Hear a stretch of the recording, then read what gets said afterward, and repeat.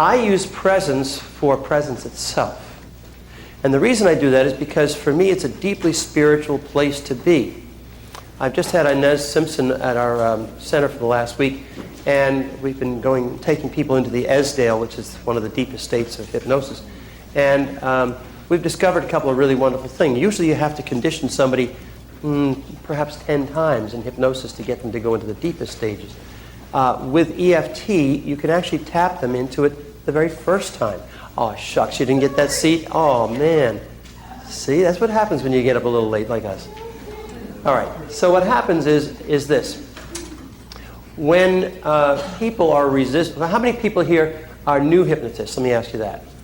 Wonderful, welcome, welcome. One of the biggest concerns I had as a new hypnotist was, am I going to get them into hypnosis, right? I see a lot of heads wagging, right? Up and down, nodding. And this is almost a fail-safe way, and that's what I like about it. I also want to tell you that, I'm speaking of EFT, an emotional freedom technique. How many people here are familiar with EFT? Wow, wonderful, wonderful. That's a lot different than when I first started 11 years ago. So that's great. So I'm not going to teach EFT then specifically. I am going to take you through a round of resistance to change, however. And resistance to change is very, very important in my view. In fact, I'm probably one of the only people that really recognizes that. And I've got a YouTube up if you want to find it. It's under Ted Robinson EFT or Resistance to Change EFT. Now the reason I tell you about that is because it's a great resource for you anytime you have a problem or anytime you have a question about resistance to change. Now, and let me explain why I did this.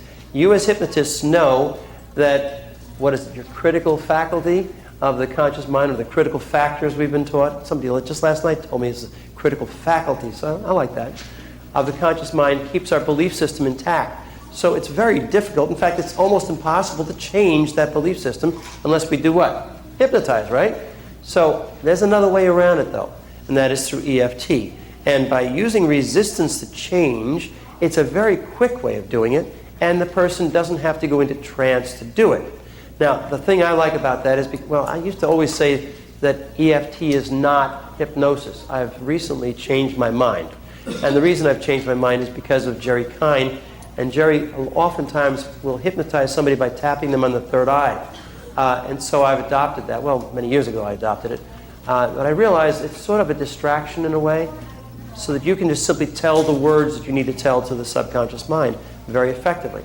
So let me get right on to resistance to change. And I'm going to take you through resistance to change. So if you have your pens in your hand, please put them down a moment.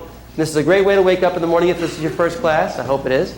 I'm going to just jump on here so you can see me a little easier and I can see you, okay? I like to be down amongst the people, but you know, this is a little easier to see.